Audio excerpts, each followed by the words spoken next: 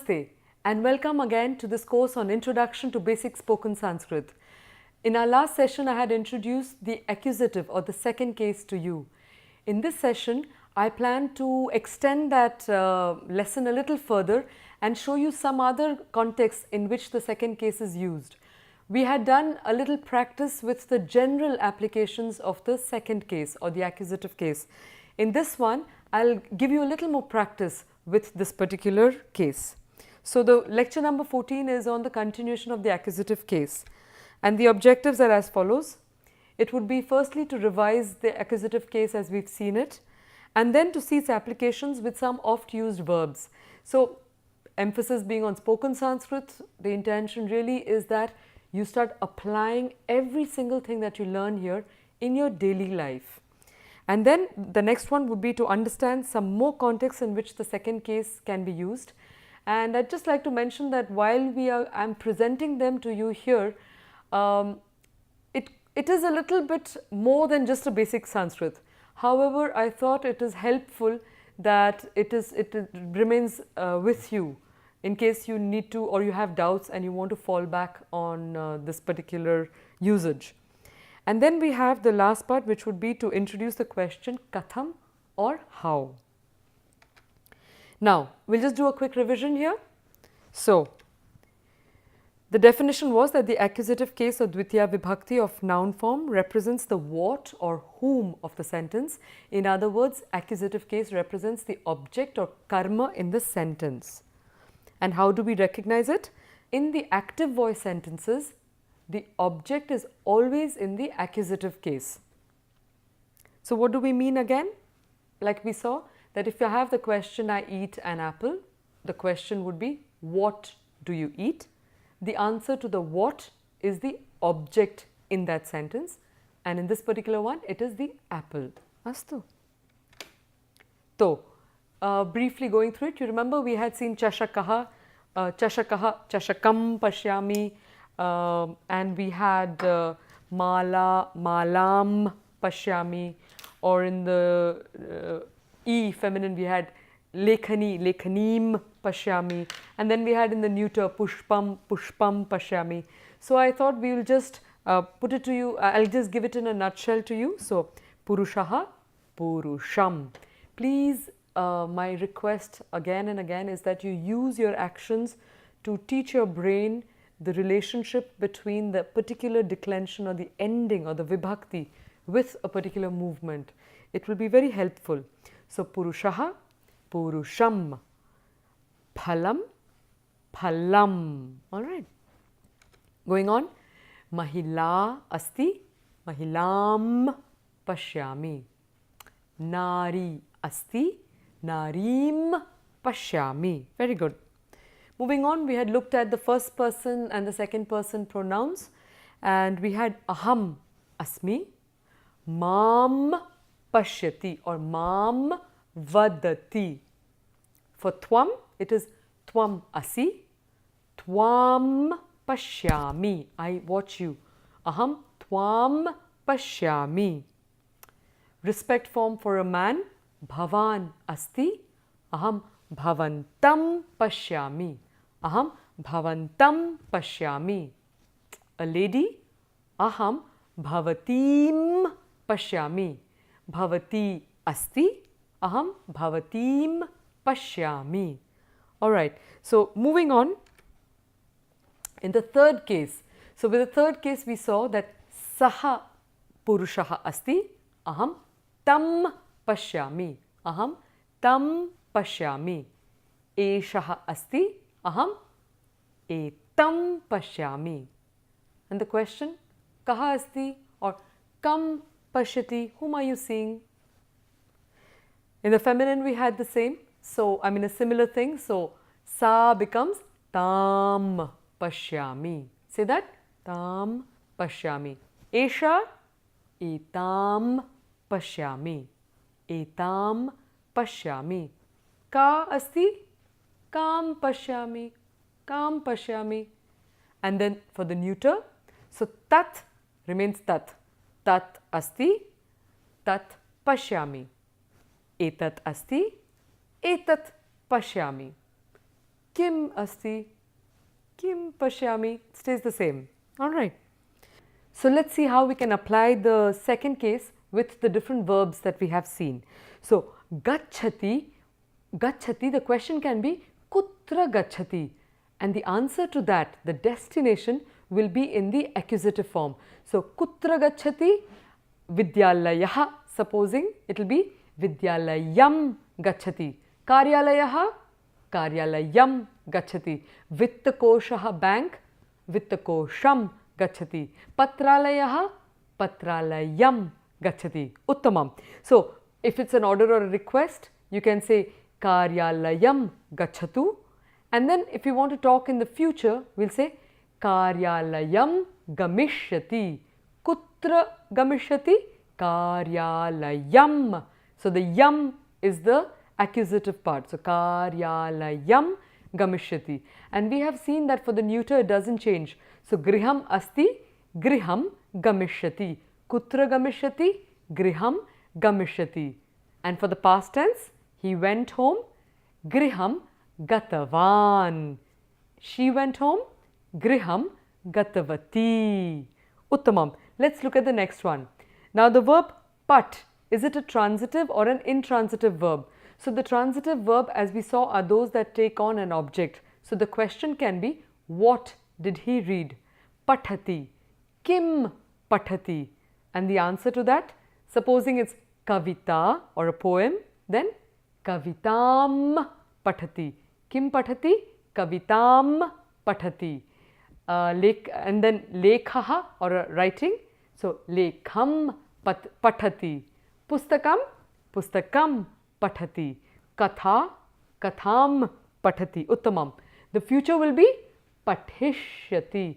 Kim pathishyati? Katha? Katham pathishyati. Anyat kim pathishyati? Give it a try. Yeah? Uttamam. So moving on. Patitavan. If I have to ask you the question, Bhavan kim patitavan? If you're a man, Bhavan kim patitavan? See if you can answer that with one or two things that you have read recently. And if you're a lady and I ask you, Bhavati kim patitavati? Answer, kim patitavati? Okay, so moving on. The next one is the verb creed. Creed is to play. So is it a transitive or an intransitive verb? It is a transitive verb. Why? Because you can say, what do you play? Kim kridati. So kim kridati, cricket. So how would you say that? Cricketam kridati. If you take on an English word, no problem. Just add the Sanskrit ending. Cricket, cricketam kridati. Football is padakandukam. So padakandukam kridati. If you play, then aham padakandukam kridami. So my question to you is, Bhavan or Bhavati kim kridati? So you can list a few things and then say aham footballam, cricketam, badmintonam, cha kridami. Make sure you add the cha at the end to say that they are all connected. Okay. In the future it will be kridishyati. Shwaha kridishyati. Tomorrow. Astu. And then kriditavan. Hyaha padakandukam kriditavan. Kim kriditavan? Padakandukam kriditavan. Now just for your information, you have to be careful that you don't use the word play like in English to say that you play a piece of music. So you can't play the flute and say vamshim or what do you call that? Yeah, vamshim kriditavan. No, kriditavan is specifically to do with a sport that you play. So although it's the word play in English, in Sanskrit it is vadayati for an instrument, and otherwise for a game it is kridati or kriditavan in the past tense. Now moving on, vad. Transitive or intransitive? Transitive. Kim vadati. What all do you say? So if I have to ask somebody, what are the languages you speak? Bhavan kim vadati or bhavati kim vadati. So the answer can be aham anglam vadami, aham sanskritam vadami, aham banga bhasham or vanga bhasham vadami, aham Frencham vadami, etc. etc. And then you can make a list of that. Aham Anglam, Hindim, Sanskritam, Bengalim, cha vadami. Got it? Future, vadishyati, saha vadishyati. And in the past, uktavan, or lady, uktavati. So play around with these and see if you can apply what are the things you said, what are the things you will say, etc. Moving on, next one, likhati. Transitive or intransitive? Transitive. Why? Because you can have an object to that. Kim likhati? Supposing you say katha, story. So katha asti, katham likhati. In the future, katham lekhishyati.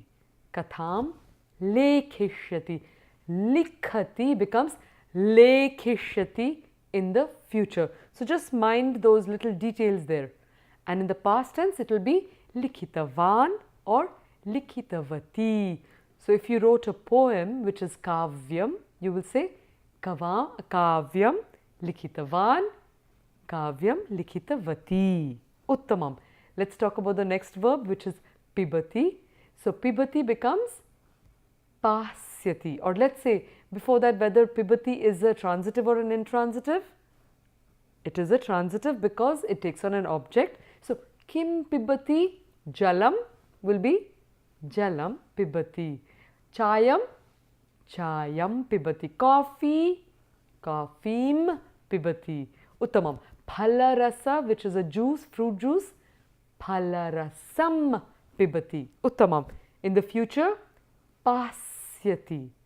Kim pasyati. Okay, and the answer would be aham jalam phalarasam cha pasyami.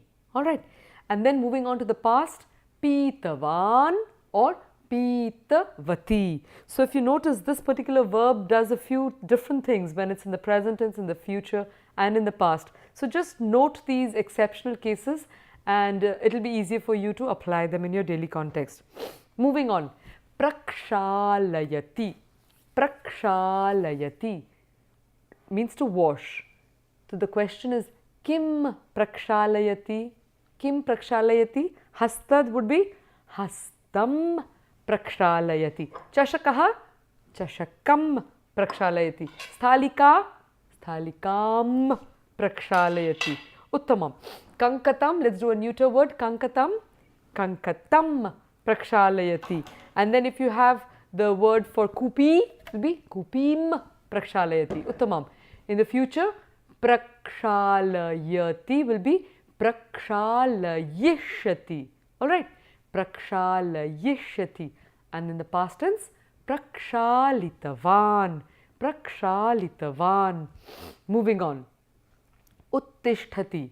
So, uttisthati, is it a transitive or intransitive? To get up, it is an intransitive because it doesn't take an object. So, uttisthati. You can have other questions around it like kada uttisthati, which will take the locative case. Or for example, at 7 o'clock, saptavadane uttisthati. Kada uttisthati? Saptavadane uttisthati. In the future, utthasyati. Kada utthasyati? And you have different answers. In the past, uthitavan or uthitavati. Uttamam. Going on, upavishati. Upavishati. So even here, is it a transitive or an intransitive? It is an intransitive one. But it will take the question kutra. So kutra upavishati. If you have a chair, asandaha, and you want to say on the chair, it will be asande upavishati. Kutra upavishati? Asande upavishati. In the future, upavekshyati. Upavekshyati. In the past, upavishtavan. Upavishtavan or upavishtavatī. Uttamam. To place. So, chashakaha asti sthapayati or aham chashakam sthapayami. Chashakaha asti chashakam sthapayami. Aham kim sthapayami? Chashakam sthapayami. And then we ask the next question, kutra sthapayati? And the answer is haste sthapayami. So we'll make the whole sentence, aham chashakam haste sthapayami. And now I'd just like to draw your attention to the complications that are coming in terms of knowing which vibhakti to use or which declension to apply. So let's do the sentence again. I place the glass on my hand. So the glass, I place what? The glass. So the glass is the object and therefore it will get the accusative chashakam. And then on my hand, so the hand is the locative, so it will be hastaha haste. Aham chashakam haste sthapayami. Now if you reverse it, it becomes very funny because then it becomes aham chashake in the glass hastam sthapayami. It changes the meaning entirely. So that's why you need to have a great deal of clarity in your mind what you are associating that particular noun with. Which preposition is a particular noun going along with, and the vibhakti will be determined accordingly. So, aham sthapayami, aham chashakam sthapayami. In the future, chashakam sthapayishyami, or if he is placing, saha chashakam sthapayishyati, and in the past tense, saha chashakam sthapitavan or sa sthapitavati. So would you like to just try and make a sentence of what are the things you place around you? Chashakaha, chashakam, sthalika, sthalikam, sthapayami, etc. Let's do the next one, which is smarati, to remember. So, kam smarati, or whom do you remember? Or kam, lady, whom do you remember? Let's say we remember our mother, Amba. So it will be aham ambam smarami. Kam smarami, ambam smarami. And now you would remember that song that we had learned. Aham smarami mataram, aham namami mataram, aham bhajami mataram, sadaiva bhakti purvakam. So in that word you have in that song you have the word mataram. And the original word that we are familiar with is mata. So in this case we have an a ending word which is amba, and in the accusative it becomes ambam. So amba becomes ambam, but mata becomes mataram. Why this difference? So just for your general knowledge, the root word of mata is matr, and therefore it behaves a little differently. This is just for your general knowledge so that you understand why the two words, although they sound the same like amba and mata, would behave differently in the accusative form. So, aham ambam smarami or saha ambam smarati in the future, ambam smarishyati in the past tense, ambam smritavan or smritavati. Janakaha, janakam smritavan or smritavati. Uttamam. So the last verbs on the screen, agachati means to come. So is it a transitive or an intransitive one? Agachati means to come. So saha agachati. But here you can also use the accusative form when you say aham vidyalayam as a destination. Vidyalayam agachami. Aham chikitsalayaha, which is a hospital. Aham chikitsalayam agachami. Got it? Pathashala, another word for school. Aham pathashalam agachami. Uttamam. In the future, agachati becomes agamishyati. It will become agamishyati. And in the past, it will be agatavan. And if you can see the screen, it will be agatavan, or for a feminine, it will be agatavati. So if you can't see it on the screen still, you can still figure out how it will be done. It will be so agatavan and agatavati. Now let's look at the next slide. So we have swikaroti, which means to accept. So swikaroti. Kim swikaroti? Chashakah asti. Chashakam swikaroti or chashakam swikarotu. Alright. Now what is the swi karotu really, how is it formed? So swa means yourself and swi means to make it your own. So swi karoti means when somebody makes something their own. And then in the future it will be swikarishati, and in the past swikritavan or swikritavati. Uttamam. The next one, anayati, to bring. Transitive or intransitive? Transitive. Why? Question is, what are you bringing? Kim anayati? Let's say kupi, kupim anayati. Sthalika, sthalikam anayati. In the future, sthalikam aneshyati. Again, anayati becomes aneshyati. And in the past, anitavan or anitavati. Uttamam. Let's look at the next one, which is asti. So asti is an intransitive one. One is. No change there. So asti or astu. Then in the future, bhavishyati. Kim bhavishyati?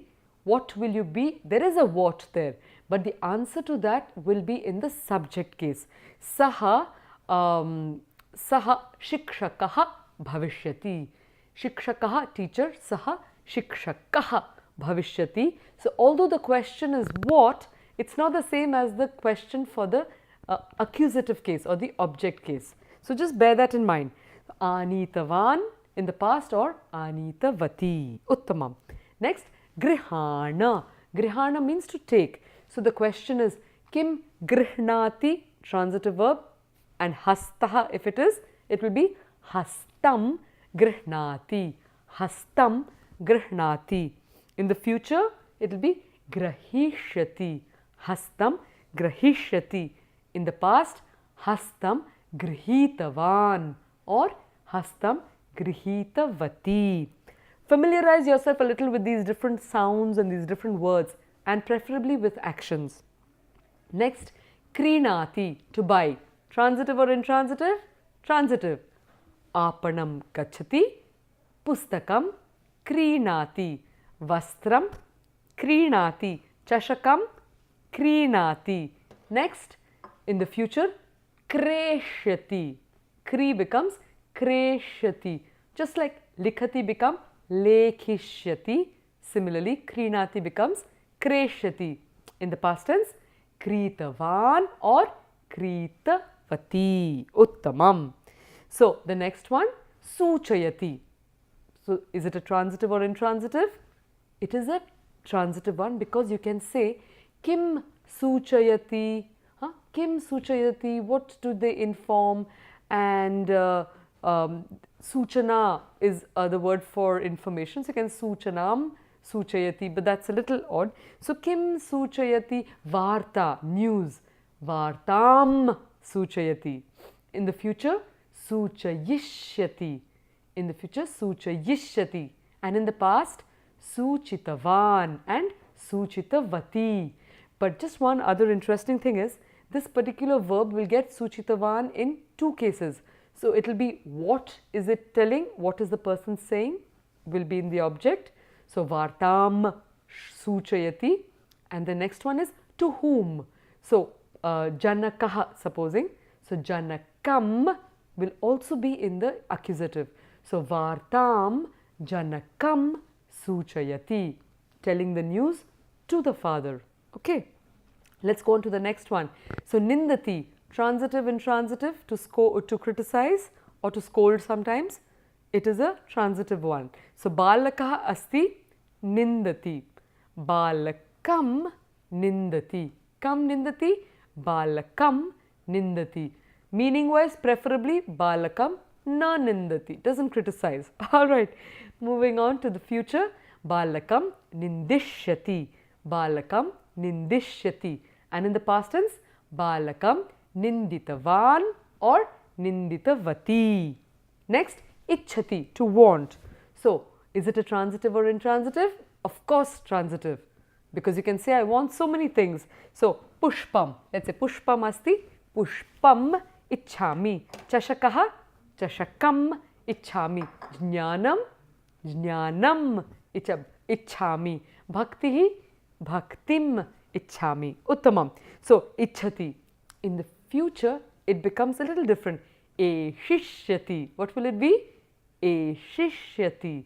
In the past tense, ishtavan or ishtavati. So, balyakale, in your younger days, kim kim ishtavan or kim kim ishtavati. And you can say a whole lot of things there. Next, shaknoti. Shaknoti means to be able to. So, shaknoti can also be a transitive verb because it says I am able to read, for example. Pathanam shaknomi. Aham pathanam shaknomi. Lekhanam shaknoti kim. So, what can you do? I can do the writing. Alright, in that context it gets used. In the future, shakshati, and in the past, shaktavan or shaktavati. The next one, hasati. Hasati, is it a transitive, intransitive? Intransitive. You can't say, what are you laughing?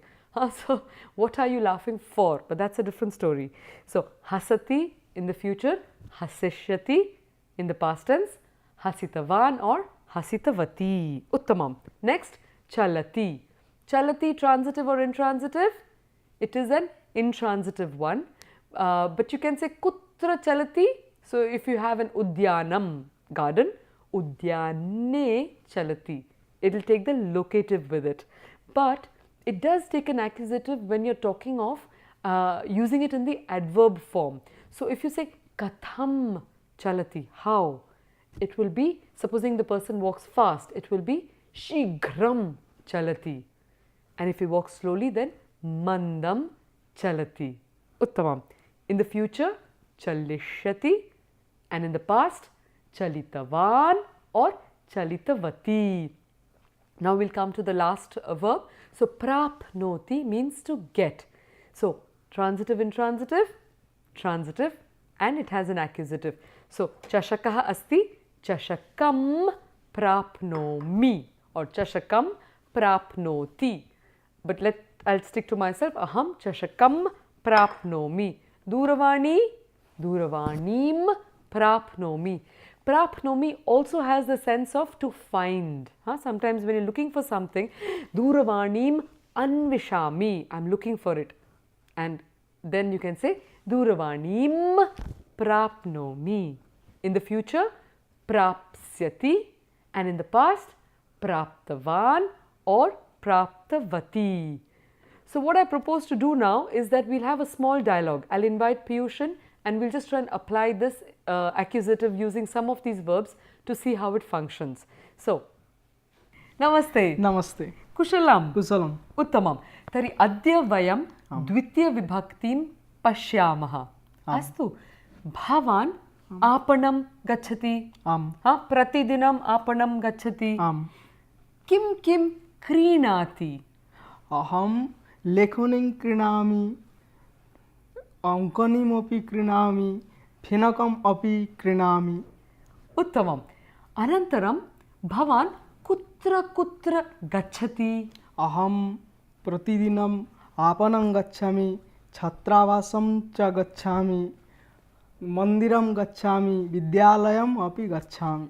Uttamam. Tari Piyushaha kutra kutra gacchati?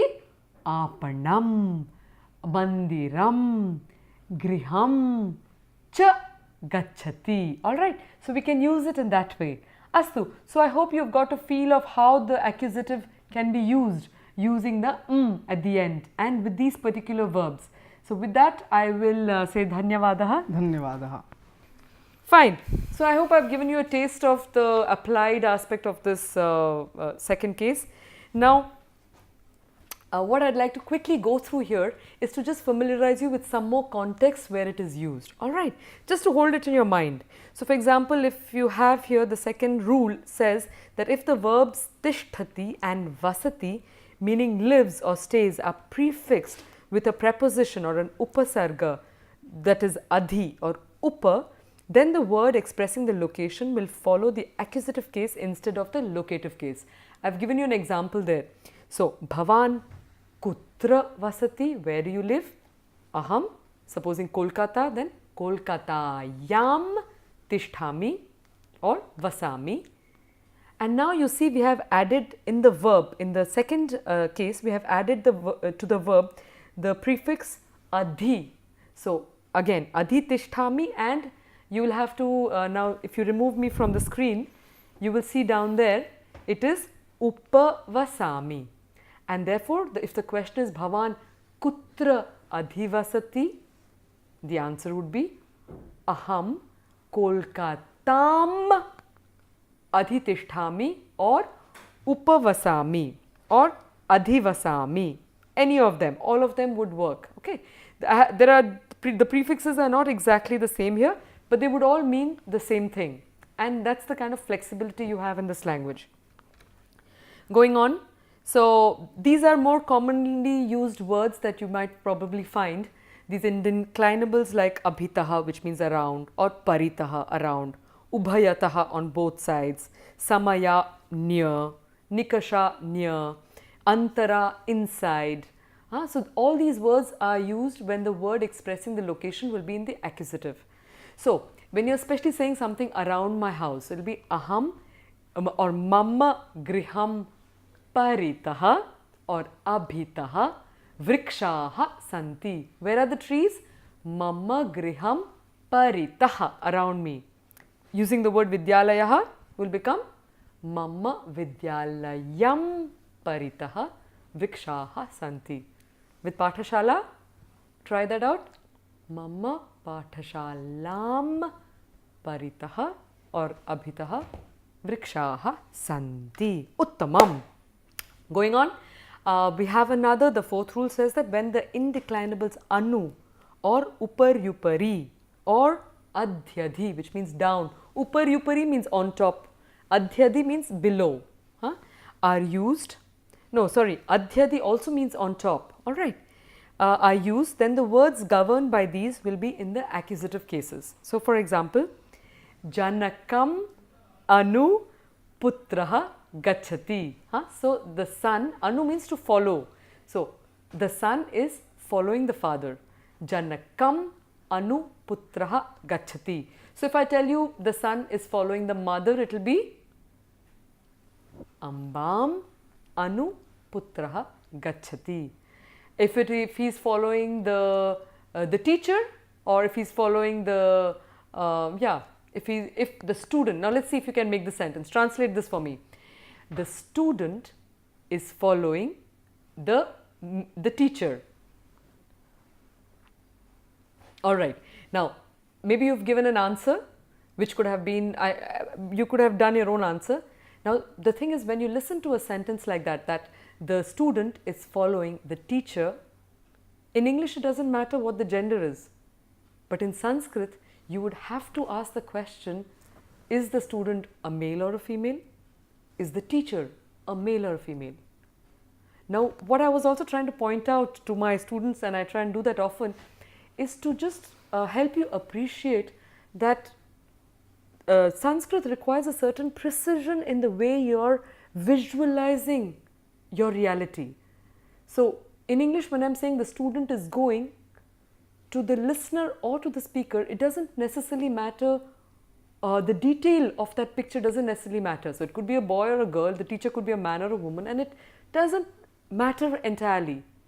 But when you are trying to say the same sentence in Sanskrit, suddenly there is a requirement to be more precise. Is it a male student or a female student going? Is the teacher they're following a male or a female? Because it will change. So either it will be chhatraha or shikshakam anu chhatraha gachati, or shikshakam anu chhatra gachati. Then you replace the shikshakaha with shikshika, and you have more permutations and combinations. The next one is vriksham uparyupari pushpani santi. There are flowers on the tree. Vriksham uparyupari. If I now wanted to say there are flowers in the tree, it would be vrikshe pushpani santi. But because of the use of uparyupari, it will have to be accompanied or preceded by the accusative case, vriksham uparyupari. Moving on to the fifth rule, it says that the verbal adjective or the kriya visheshanam expressing the characteristic or attribute of the verb in the sentence will be in the accusative case. What does that mean? Balika madhuram vadati. So if you can see a bit on the screen, if you can see me, it will be balika madhuram vadati or gayati. Now the question, what is the question? Madhuram means sweetly. Now what is the question here? Katham, and that's what we have next on the screen. So that's how you use katham. How does the girl sing? Katham. So saha sa tat bhavan bhavati katham vadati katham gayati, and the answer madhuram vadati madhuram gayati. All right, the next one is katham khadati bhavan. For example, you, katham khadati, shighram khadati, na mandam khadati. So mandam khadati, or to really emphasize on that, mandam khadati. Next, chalati, katham chalati. How do you walk? Are you a fast walker? How are you a slow walker? So purushaha or bhavan or bhavati katham chalati. Aham shighram chalami. Always in a hurry. Shighram chalami. Got it? Or saha shighram chalati. Moving on, we'll do this. The next sixth grammatical rule is that the words, when the words vina or rite, which means or meaning without, is used, then the words governed by it will be in accusative case. So for example, we have here gurum vina vidya nasti, or gurum rite vidya nasti. Without a guru, there is no knowledge. All right. Now I thought I'll give you a little practice with that. So we have here aham ambam vina. What don't you do? Na karomi. So what don't you do without your mother? So for example, I can make a sentence saying aham ambam vina na khadami. I love to eat with my mother. So aham ambam vina na khadami. Do you want to try the next one?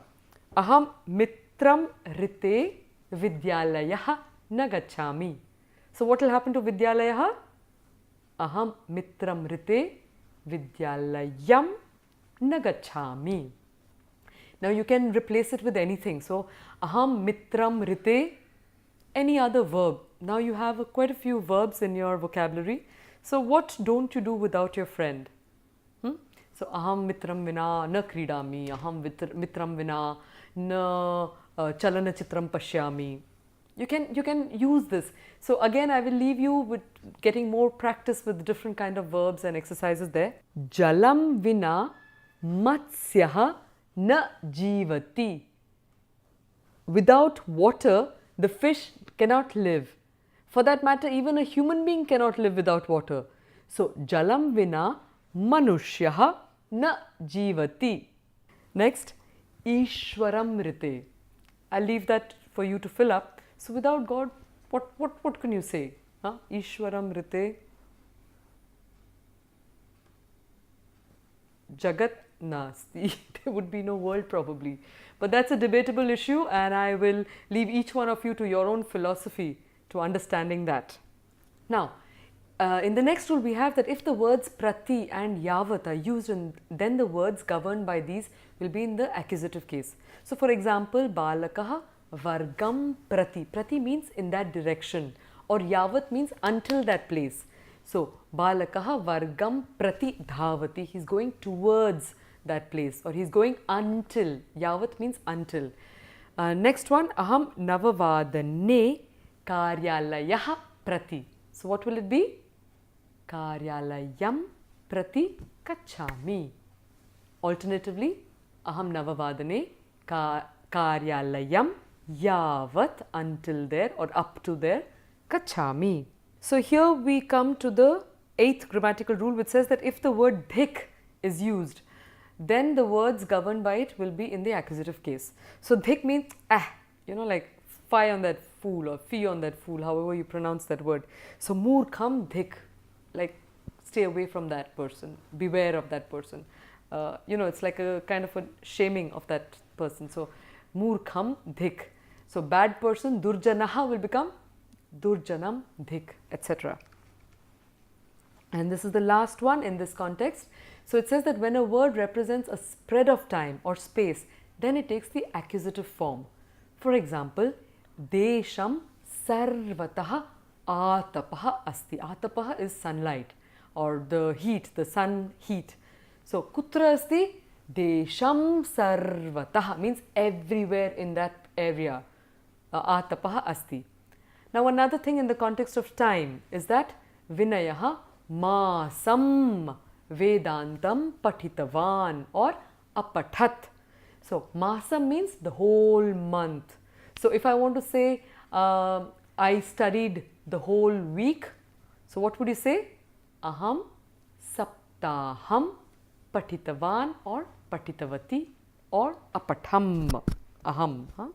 So as we come to the close, we usually do a verse, and this particular verse is about the importance of speech. In the Indian culture, they paid a lot of attention on the kind of speech you have, and also on the need to master it and to control what we express, because it was understood that the way we speak or what we speak influences our surroundings and therefore impacts our own life. And therefore, what was the speech that was recommended? Satyam bruyat, priyam bruyat, na bruyat satyam apriyam, priyam cha nanritam bruyat, esha dharma sanatana.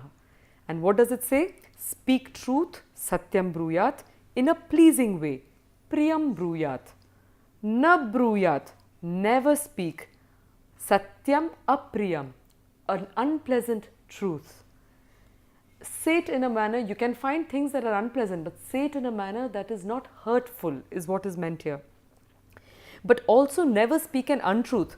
Nanritam, priyam cha nanritam, which means that never speak an untruth which might be pleasant. Now, just because you have to say pleasing things doesn't mean that you will say untrue things. Okay, so but also never speak an untruth which might be pleasant. And what is this? Esha dharma sanatanaha. This is the eternal law. I'll say it, you repeat after me, and then we'll say together. Satyam bruyat, priyam bruyat, na bruyat satyam apriyam, priyam chananritam bruyat, esha dharma sanatanaha. Together. Satyam bruyat, priyam bruyat, na bruyat satyam apriyam, priyam chananritam bruyat, esha dharma sanatanaha. The verb bruyat is a different kind of conjugation of to speak, but we haven't looked at that. So I will not get into that detail because it is a little more for the advanced levels. Now I'd like to close with this very nice quotations or by very eminent linguists, some of the earliest linguists, the fathers of linguistics.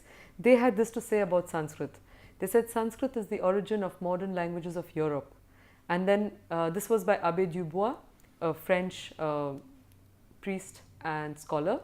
And Wilhelm von Humboldt, a German scholar, had to say, he said Sanskrit is the unsurpassed zenith in the whole development of languages yet known to us. You're spending time learning this language. It's an investment on your part, but it's an investment worth making any day because of the wealth that it will offer to you. So with these words, I'd like to wish you Shubha Dinam, or have a great day, have an auspicious day. Dhanyavada.